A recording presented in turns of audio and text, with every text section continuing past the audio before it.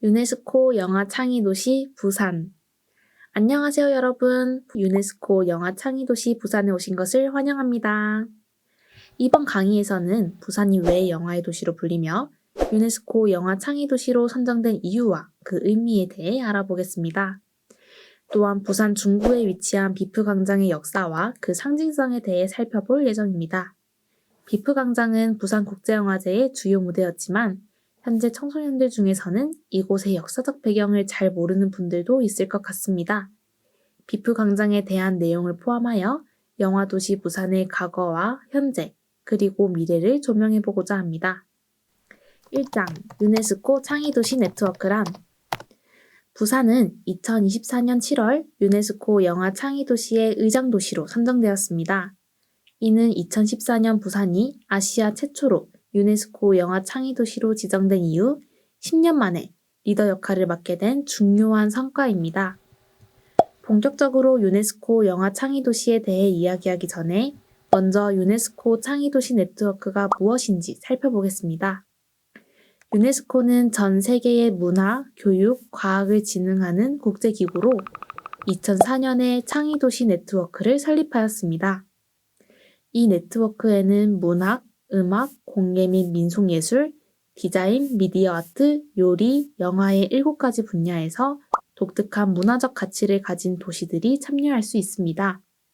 유네스코 창의도시로 선정되면 해당 도시는 단순히 그 분야에서 뛰어난 도시라는 것을 넘어서 창의적 자원을 활용해 도시의 지속가능한 발전을 이끄는 역할을 맡습니다. 부산은 한국 영화 산업의 중심지로서 풍부한 영화 인프라와 국제적 명성을 바탕으로 2014년에 영화 분야에서 유네스코 창의도시로 선정되었습니다. 특히 영화 창의도시란 지역의 고유한 문화와 자산을 기반으로 영화 산업을 통해 지속 가능한 발전을 목표로 하는 도시를 의미합니다. 이러한 도시들은 영화 산업을 도시 발전의 중심에 두고 지역 사회의 발전을 도모합니다. 2장 부산이 유네스코 영화 창의도시로 선정된 이유. 그렇다면 부산이 유네스코 영화 창의도시로 선정된 이유는 무엇일까요? 바로 부산이 가진 영화 산업의 특별함 때문입니다. 대표적인 예로 부산국제영화제를 들 수 있습니다. 1996년 처음 개최된 부산국제영화제는 아시아를 대표하는 국제영화제로 자리 잡았습니다. 부산국제영화제는 전 세계의 영화 감독, 제작자, 배우들이 모이는 중요한 행사로 부산을 소개하고 아시아 영화와 한국 영화를 해외에 알리는 계기가 되었습니다. 또한 부산은 영화 촬영지로서도 큰 인기를 끌고 있습니다. 영화 헤어질 결심, 올드보이 등을 연출한 한국을 대표하는 영화 감독 박찬욱은 영화 헤어질 결심 시사회에서 부산에 대해 이렇게 표현한 바 있습니다. 부산은 영화 만들기 좋은 도시예요. 이번 작품도 부산에서 촬영해 참 좋았습니다. 마찬가지로 일본의 거장 고레에다 히로카즈 감독도 브로커 촬영을 위해 부산을 선택하며 부산이 매력적인 촬영지임을 강조했습니다. 부산은 독특한 지리적 특성과 도시적 풍경을 갖추고 있어 다양한 영화 장르에 어울리는 배경을 제공해왔습니다. 이로 인해 부산은 한국을 넘어 국제적인 영화 제작의 허브로도 자리 잡았습니다. 예를 들어 할리우드 블록버스터 영화인 블랙팬서도 부산에서 촬영되었으며 이러한 대형 제작물들이 부산을 촬영지로 선택하면서 부산의 입지는 더욱 강화되었습니다. 이처럼 부산은 영화 산업의 발전과 국제적 영화 교류 활동을 통해 유네스코 영화 창의도시로 선정되었으며 이는 부산이 가진 영화적 매력과 역량이 그 기반이 되었습니다. 3장 부산의 영화산업 역사와 성장. 부산의 영화산업 발전에는 오랜 역사가 있습니다. 특히 부산 중구에 위치한 비프광장은 중요한 영화적 상징성을 지닌 장소입니다.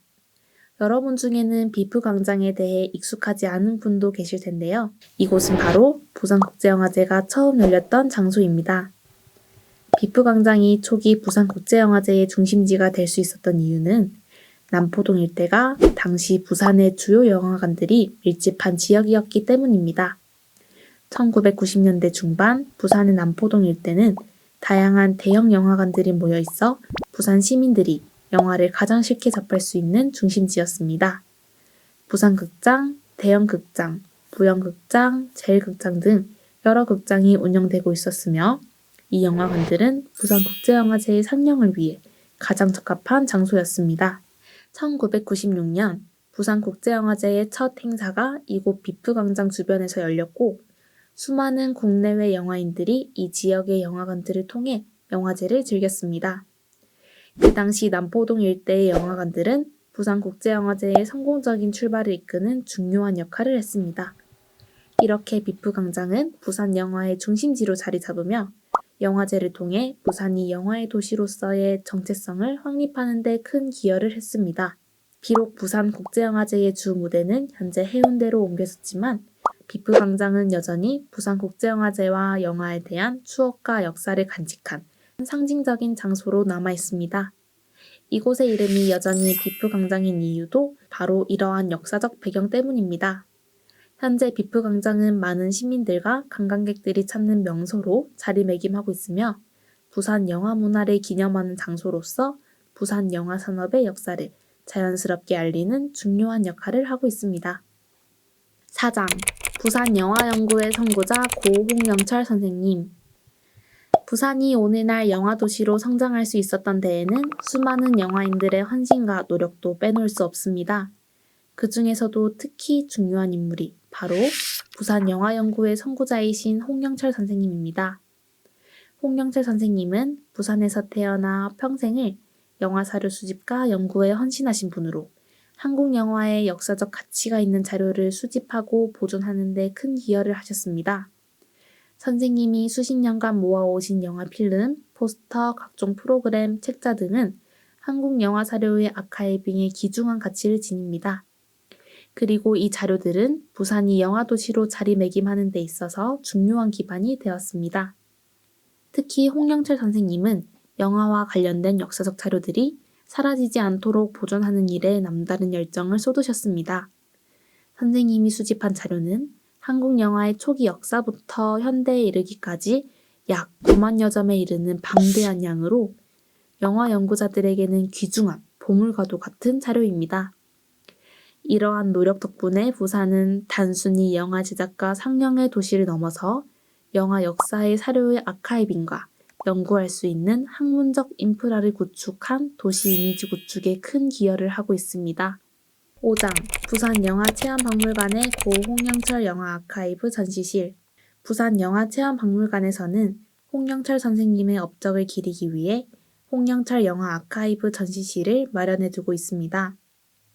홍영철 선생님께서 2016년 타계하신 후 선생님의 수집 자료는 국가기록원 부산기록원으로 옮겨졌습니다. 2017년 부산영화체험박물관이 개관하면서 박물관의 전시 콘텐츠를 강화하기 위해 홍영철 선생님의 수집 자료 일부를 국가기록원을 통해 구입하게 되었습니다. 이 과정에서 홍영철 선생님의 유족은 선생님의 뜻을 기리며 수집 자료를 모두 부산시에 기증하였고 이를 통해 부산영화체험박물관에서 전시가 이루어지게 되었습니다. 홍영철 선생님은 생전에 부산의 영화박물관을 건립하고 그곳의 자료를 전시하시길 원하셨습니다. 이 전시실은 그 뜻을 실현하는 의미 있는 공간입니다. 홍영철 영화 아카이브 전시실에서는 선생님이 평생 수집하신 다양한 영화 관련 자료들이 전시되고 있습니다. 영화 포스터, 필름, 영화 관련 출판물 등은 물론 특히 부산에서 촬영된 영화들의 자료도 다수 포함되어 있어 부산이 영화도시로 성장한 과정을 생생하게 느낄 수 있습니다. 이곳에 들어서는 순간 마치 타임머신을 타고 부산 영화의 100년 역사를 한눈에 볼 수 있는 듯한 느낌을 받게 됩니다. 이 전시실은 단순한 기록물 이상의 의미를 지니며 영화에 대한 열정과 헌신이 어떻게 부산 영화 산업을 뿌리내리게 했는지를 잘 보여줍니다. 홍영철 선생님이 남기신 자료들은 단순한 영화 기록물이 아닙니다. 이는 영화 산업과 문화가 어떻게 발전해왔는지 이해하는 데 매우 중요한 자료들입니다. 만약 선생님의 헌신이 없었다면 많은 영화 역사 자료가 소실되었을지도 모릅니다. 덕분에 우리는 오늘날 부산의 영화 역사를 더 깊이 이해할 수 있으며 영화 도시로서의 부산의 위상을 확립하는 데 큰 도움을 받고 있습니다. 6장 2024년 유네스코 영화창의도시 의장국 부산. 2024년 부산은 또 한 번 중요한 자리에 오르게 됩니다. 바로 유네스코 영화창의도시의 의장도시로 선정된 것인데요. 현지 시간으로 2024년 7월 3일 포르투갈 브라가에서 열린 제16회 유네스코 창의도시 네트워크 연례총회에서 부산은 만장일치로 의장도시에 선출되었습니다. 이로써 부산은 세계 영화 창의도시들 간의 협력을 이끄는 중심적인 역할을 수행하게 되었습니다. 2024년 기준 프랑스 칸, 이탈리아 로마, 호주 시드니 등을 포함한 22개국 26개 도시가 영화 창의도시로 활동하고 있습니다. 이제 그 중심에 부산이 자리하게 된 것이죠.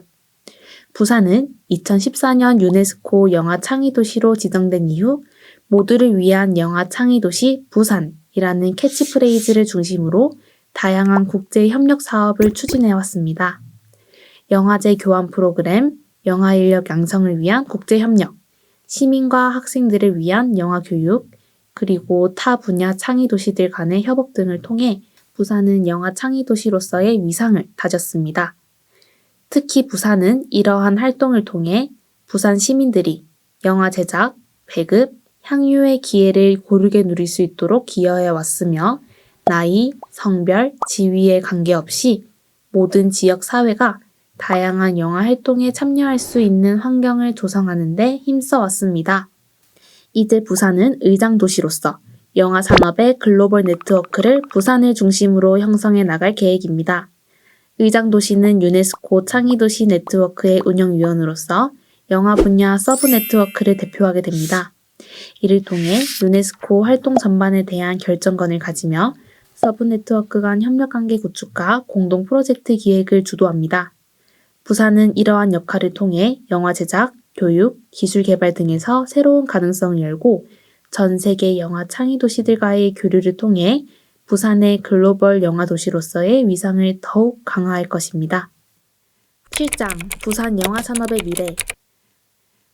부산의 영화산업은 앞으로도 매우 밝은 미래를 기대할 수 있습니다. 디지털 기술의 발전과 함께 영화 제작 방식도 빠르게 변화하고 있습니다. 부산은 이러한 기술 발전을 바탕으로 디지털 영화 제작, 가상현실 콘텐츠 등 새로운 영상 콘텐츠 제작에 적극적으로 나서고 있습니다.